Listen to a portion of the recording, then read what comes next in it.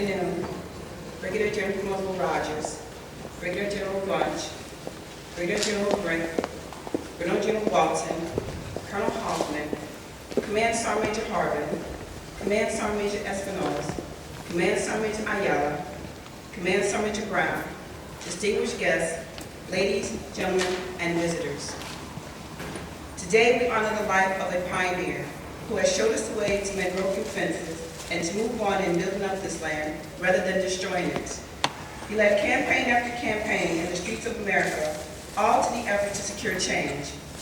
Today, Black Americans have federal legislation which provides access and legal protection in areas of public accommodations, housing, voting rights, schools, and transportation.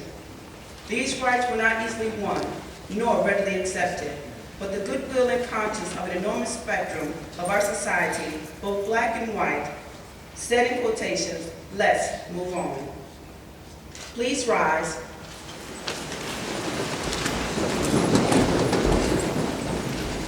For the singing of the national anthem by Major Benson, and remain standing for the invocation by Chaplain Bone.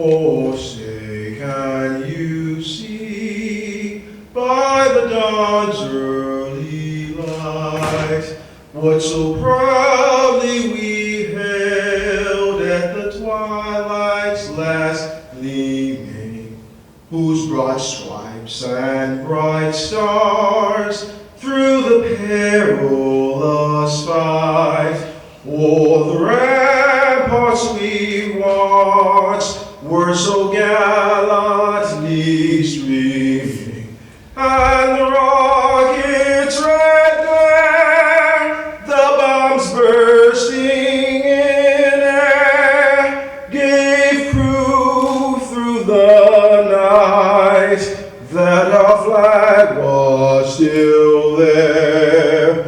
Oh, say does that star-spangled banner yet wave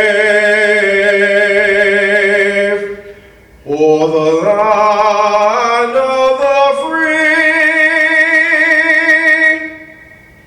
and the home of the brave? Ladies and gentlemen, we will now have remarks from Captain Alam.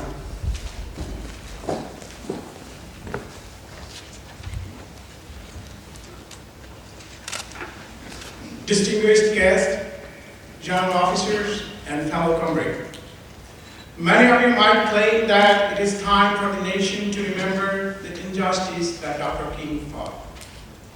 It is time to remember his fight for the freedom, equality, and dignity of all races. Some of you might say it is time to remember for the message of change through the nonviolence. Some of you might say we are here to celebrate Dr. King's birthday. To me, all those are true, but I would like to add with that, we have traveled together in a very difficult journey. Even though Dr. King was assassinated almost 4 decades ago, the world still grieved for the loss of this man of peace. The question is why?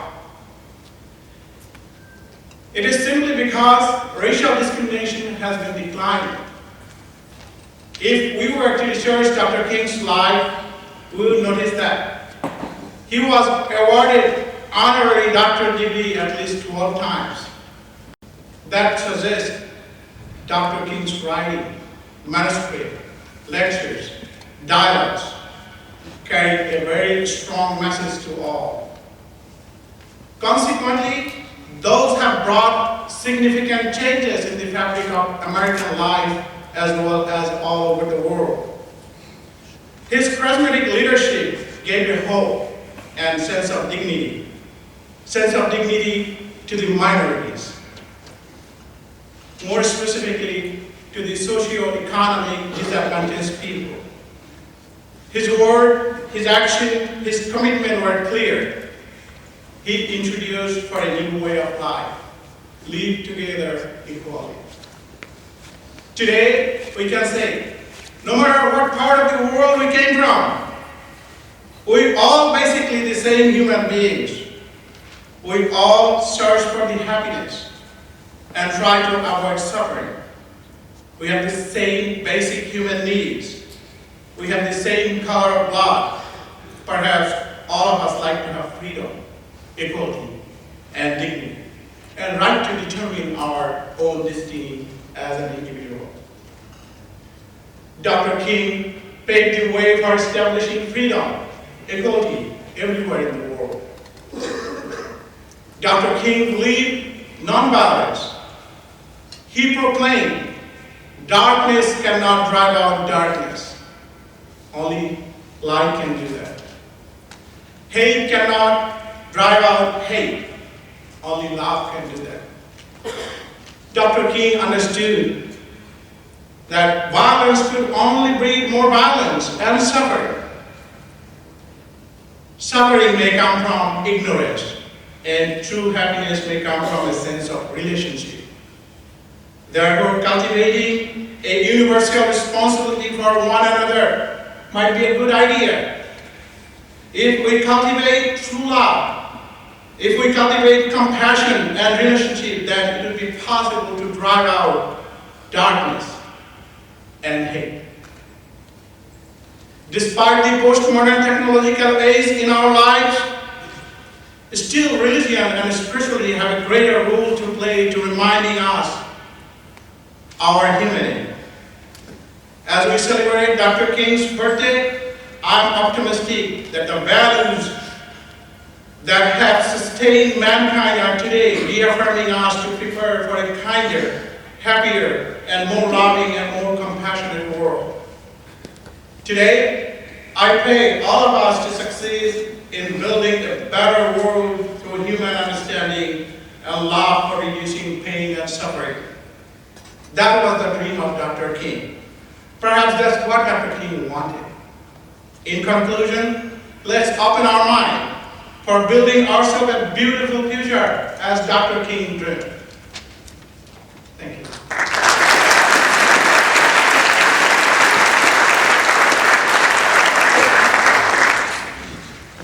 At this time, if you please lift up the armrest to your rights. If there's a ticket marked winner, pick up your gift in the back.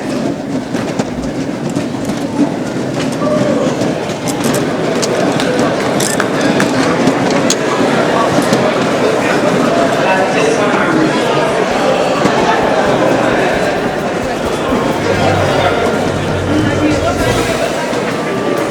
We have a winner? Okay. Ladies and gentlemen, this concludes today's observance of the day on, not a day off.